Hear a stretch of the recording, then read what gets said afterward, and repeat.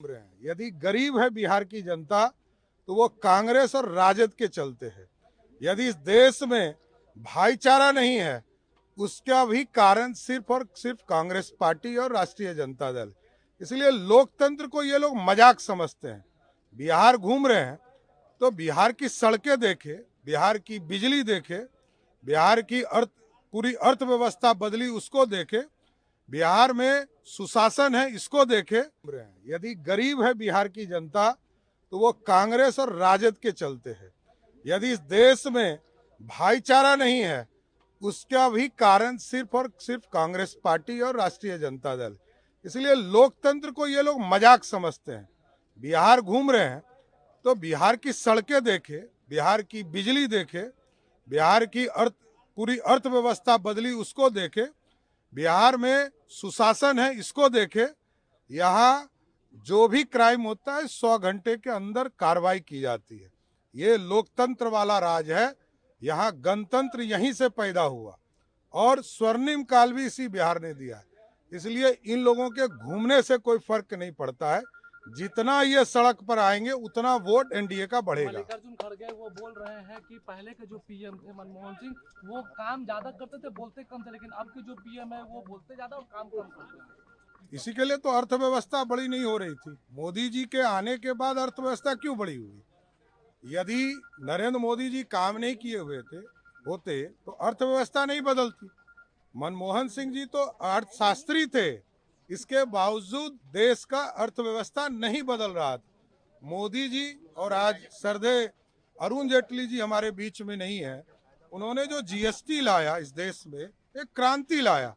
अभी तो जीएसटी में बड़े फैसले भी आदरणीय मोदी जी के निर्देश पर होने जा रहा है। तेजस्वी यादव एक लास्ट सवाल है, तेजस्वी यादव कह रहे हैं कि एनडीए का फुल फॉर्म है नहीं देंगे अधिकार। देखिए एक चीज समझिए, मैंने कहा कि राजतंत्र वाले को समझ में नहीं आएगा, लोकतंत्र के लोगों को समझ में आएगा। उनको तो ये पहले जवाब देना चाहिए कि उनके पिताजी को कांग्रेस पार्टी ने पशुपालन में पहली बार जेल में एफआईआर कराया। जनता दल की सरकार थी, चार्जशीट हुआ, जेल गए, और कांग्रेस की ही सरकार थी जो सजा हुआ। तो अब तो उनको एक जवाब देना है ना कि जिसके साथ घूम रहे हैं उनके पिताजी को उन्हीं लोगों ने जेल में डाला है।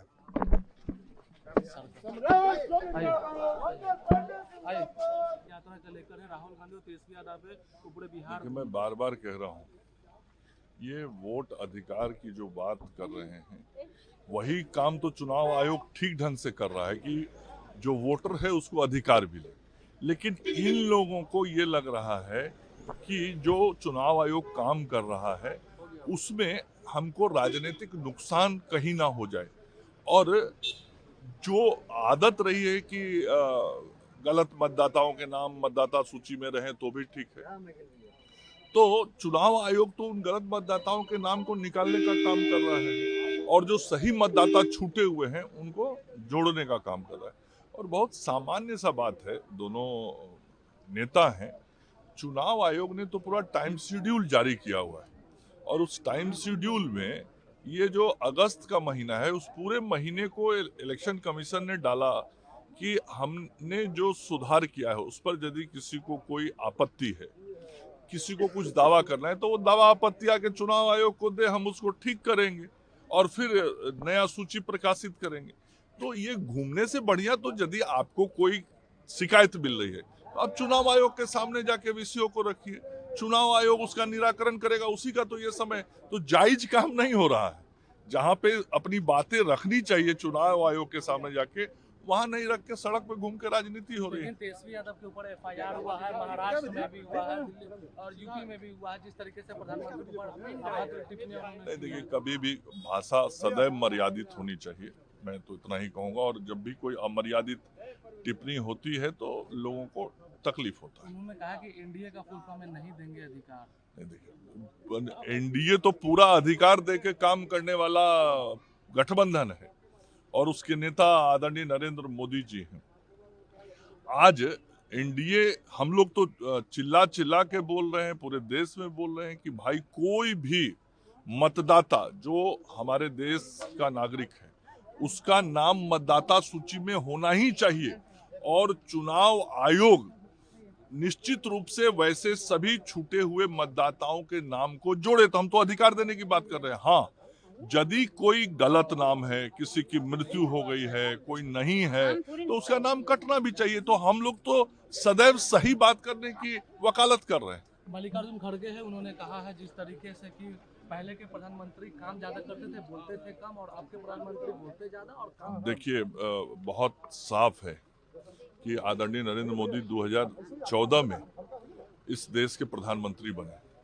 जब वो प्रधानमंत्री बने तो इस देश की इकोनॉमी पूरी दुनिया में 11वें नंबर पर थी और केवल 11 वर्षों के अंदर 7 छलांग ऊपर लगा और आज पूरी दुनिया में भारत की इकोनॉमी 4थे नंबर पर आ गई है। तो बताइए कि किसके कार्यकाल में भारत का आर्थिक विकास हुआ है? तो बड़ा साफ तौर पे दिखाई पड़ता है। पूरी दुनिया इस बात की लुहा मान रही है। और ऐसे ही आज भारत की ताकत और नरेंद्र मोदी जी की पूछ दुनिया की राजनीति के अंदर, दुनिया के राजनयिकों के अंदर थोड़ा ही बढ़ा है। आज भारत की आर्थिक शक्ति बढ़ी है, ये तो सब सामने है। तो किसके कार्यकाल में भारत मजबूत हुआ, ये पूरा देश जान रहा है। खोद खोद के